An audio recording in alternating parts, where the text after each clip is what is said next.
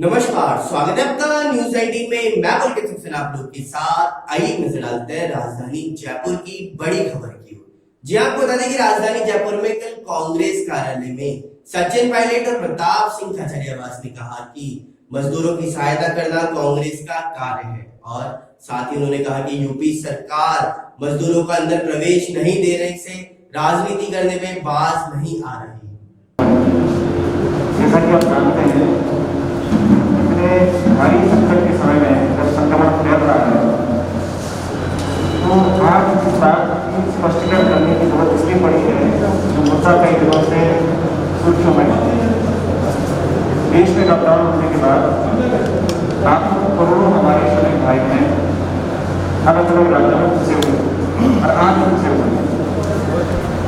जब एक पखवाड़ा बीत गया और सरकार की तरफ से मदद नहीं आई तो कांग्रेस अध्यक्ष सोनिया गांधी जी ने पहल करते हुए निर्णय लिया कि कोई भी श्रमिक देश के किसी वर्ग में होगा उसको घर वापस जाने का रेल का किराया भाड़ा खर्चा जो भी होगा उसको कांग्रेस पार्टी वहन करेगी। कांग्रेस पार्टी के इस निर्णय के बाद कुछ हलचल मची केंद्र सरकार से, लेकिन उसके पहले ना तो रेल यात्रियों के लिए ना बस यात्रियों के लिए कोई व्यवस्था केंद्र सरकार ने करी। और एक बात सच है, आज भी श्रमिकों के आवागमन के लिए कोई ठोस राष्ट्रव्यापी नीति केंद्र सरकार ने प्रस्तुत नहीं करी है। यही कारण है कि आज टेलीविजन और अखबार में देखते हैं रोते बिलखते बच्चे बुजुर्ग महिलाएं नंगे पैर सैकड़ों किलोमीटर यात्रा तय कर रहे हैं, जीवन के लिए संघर्ष कर रहे हैं, बेरोजगार हैं, भूखे हैं, तड़प रहे हैं। उनकी मदद के लिए जिस प्रकार से सरकार को आगे आना चाहिए था अभी तक तो आगे नहीं आए। इसको देखते हुए एआईसीसी की महासचिव की प्रधानी प्रियंका गांधी जी ने कांग्रेस पार्टी की तरफ से 1000 बसों को मदद करने का ऐलान किया। उन बसों को लेकर सरकार ने परमिशन देने से मना किया। विश्वास भाव से मानवता को देखते हुए 1000 बसों को कांग्रेस पार्टी ने यूपी भेजने के लिए एक प्रस्ताव देगा, जिसको बहुत देर तक परमिशन नहीं मिली। जब परमिशन मिली तो कहा गया कि उसको लखनऊ भेजिएगा। आगरा बर्फी बॉर्डर से बस लखनऊ जाएगी, उसके बाद आगे निकल जाएगा। फिर बाधाएं बनाने के लिए नाना प्रकार के तरीके बनाए। कभी कहा कि फिटनेस सर्टिफिकेट नहीं है, कभी कहा कि ड्राइवर का लाइसेंस नहीं है। और मैं हमेशा कहता हूँ कि काम करने का कोई बहाना नहीं, ना करने के 100 बहाने। अंत में नेताओं पर FIR हुई, जेल में डाला गया, गतिरोध पैदा किया गया। कई दिनों तक बसें बंद पड़ी रही, नोएडा बॉर्डर पर दिल्ली के पास, आगरा बॉर्डर भरतपुर बॉर्डर पर। और अंत में आरोप लगाया गया कि बसों में सूची में कमी थी। 1000 बस कहा था, कितनी कम बस थी। और आज सब दस्तावेज लेकर आपके सामने प्रस्तुत हुए हैं। इसका स्पष्टीकरण हमारे परिवहन मंत्री प्रताप सिंह खचरियावास जी करेंगे। वे गाड़ी बताएं यूपी के बारे में। मैं क्या कहना चाहता हूँ कि हम लोगों ने कोई व्यक्ति, कोई संगठन, कोई दल, कोई भी अगर मदद का हाथ बढ़ाता है तो मदद को स्वीकार करने के लिए छोटा नहीं बन पाता। मुझे लगता है कि इनकी सरकार का रवैया रहा, उसको दुनिया और देश ने देखा है, उसके मंत्रणा करते हैं। इस समय में सबको साथ मिलकर एकजुटता के साथ लाखों करोड़ों लोगों की मदद करने का काम करना चाहिए था। इसकी पहल प्रियंका जी ने करी, दुर्भाग्यवश उसको नकारा गया। फिर राजनीति के लिए उन पर आरोप लगाया गया। और मैंने पहली बार देखा विपक्ष आरोप लगाए सत्ताधारी पार्टी पर, तो हमने देखा है उत्तर प्रदेश में सत्ताधारी पार्टी विपक्ष का आरोप लगा रही है। और किस बात का आरोप? लोगों की मदद करने का आरोप। लोगों की मदद करना मानवता है।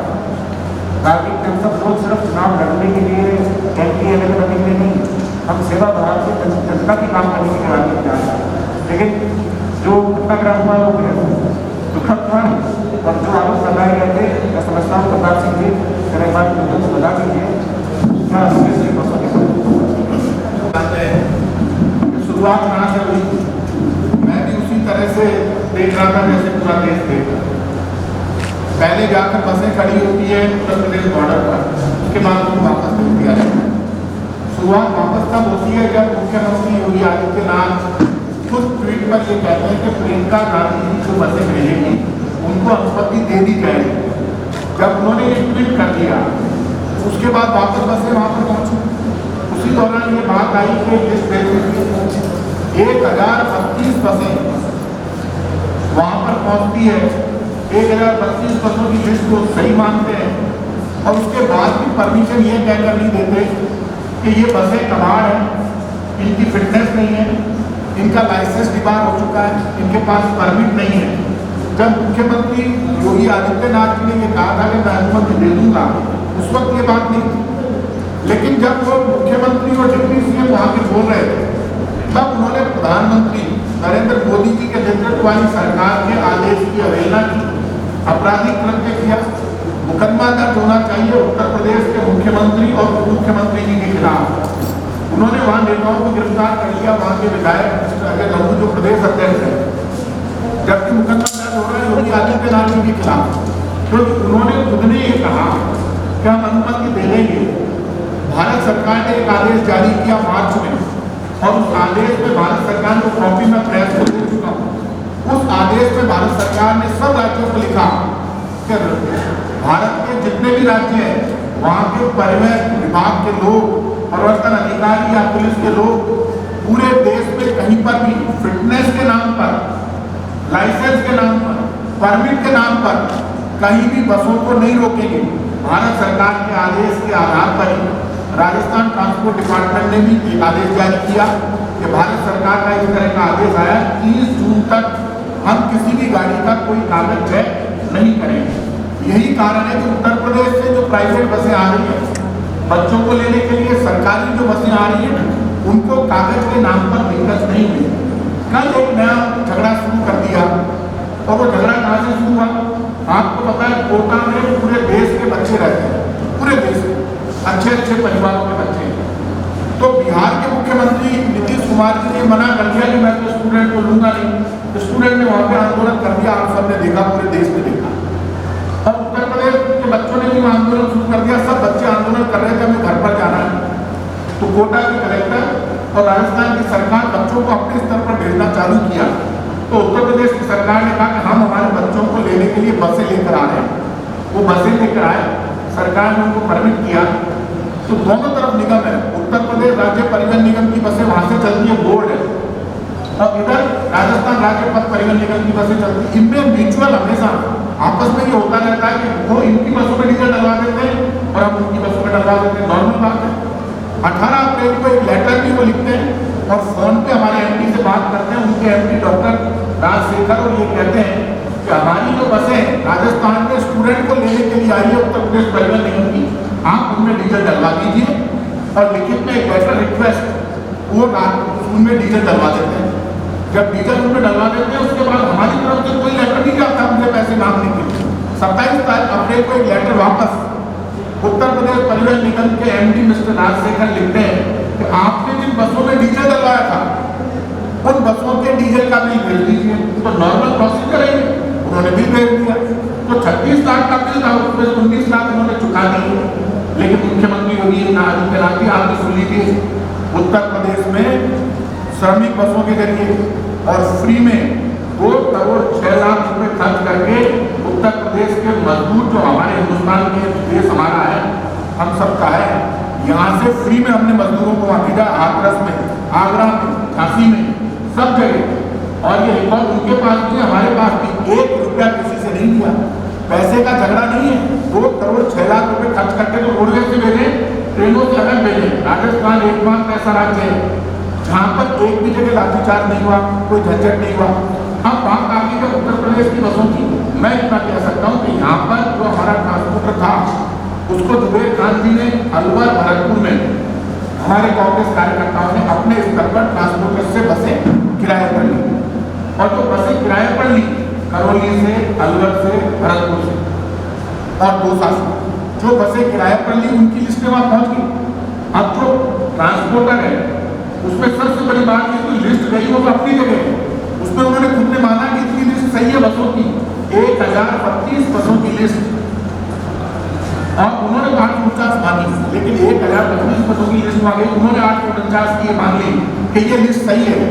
आप पर भी उनको अलाउ कर देते और उसमें कुछ नहीं करना था। बार बार वो एक बात कह रहे थे हमें हैंड ओवर कर दो, हैंड ओवर के लिए भी एग्री करके, जबकि प्राइवेट बस का नियम है जो किराए पर बस कांग्रेस कार्यकर्ताओं ने संगठन के जरिए ली, प्राइवेट बस कभी भी सरकारों को हैंडओवर नहीं होती है, रूल है ये।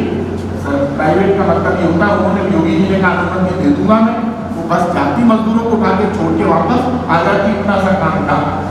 लेकिन मैं इतना कह सकता हूँ, जो पूरी प्रक्रिया अपनाई गई, उत्तर प्रदेश की सरकार लगातार झूठ बोलती रही, गैरकानूनी कृत्य करती रही, भारत सरकार के आदेशों को माना नहीं और बार बार क्लेम करती रही राजस्थान की सरकार पर। राजस्थान की सरकार की एक भी बस वहां पर नहीं थी।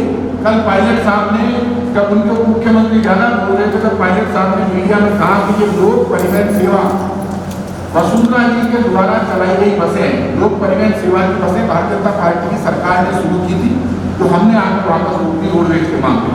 ये लोक परिवहन सेवा सरकारी बस नहीं है, फिर भी वहां के मुख्यमंत्री इतने तेजी से झूठ बोल रहे थे लगातार, और कल मिस्टर समीर पात्रा भी लगातार झूठ बोल रहे हैं और बड़े बड़े नेता चार लगा रहे हैं।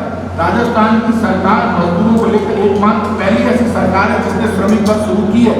हमारे पास पैसों की कोई कमी नहीं, हम बेवजह के डिस्प्यूट क्रिएट नहीं करते, बेवजह के झगड़े क्रिएट नहीं करते।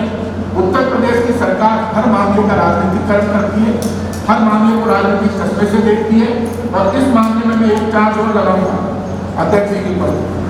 इस मामले में पूरा देश उम्मीद कर रहा था कि केंद्र सरकार इंटरफेयर करके उत्तर प्रदेश सरकार को डांट लगाएगी। प्रधानमंत्री जी कहेंगे कि भारत सरकार के आदेश की आप अवहेलना मत कीजिए और परमिट और डॉक्यूमेंट के नाम पर बसों को मत रोकिए। लेकिन पहली बार देखा जब केंद्र सरकार की भूमिका नगण्य है। अभी तक मजदूर पैदल चल रहा है और केंद्र सरकार के प्रधानमंत्री नरेंद्र मोदी जी की तरफ से एक भी बयान मजदूरों के पक्ष में नहीं आया। मजदूर भूखा पैदल चल रहा है, फिर भी वो ये कहते हैं सिर्फ 2 महीने का राशन देंगे। प्रदेश कांग्रेस कमेटी की तरफ से हम डिमांड करते हैं, आपको राशन देना है तो आप पूरे देश के हर राशन कार्डधारी को कम से कम 1 वर्ष का राशन फ्री में दो। एफसीआई के गोदामों में आपका जो सड़ रहा है, ये सारा मामला राजनीति से प्रेरित होकर बीजेपी ने जो धोखा किया उससे मजदूर दुखी है, कांग्रेस दुखी है, पूरा देश दुखी है। और मैं ये मानता हूँ कि बीजेपी के नेताओं को झूठ बोलना बंद करना चाहिए और देश से माफी मांगनी चाहिए, क्योंकि प्रियंका गांधी जी ने जो बसें भेजी वो योगी आदित्यनाथ जी के ट्वीट के बाद भेजी, उसके बावजूद बसों को नहीं लेना हमारे साथ और देश के साथ धोखा है।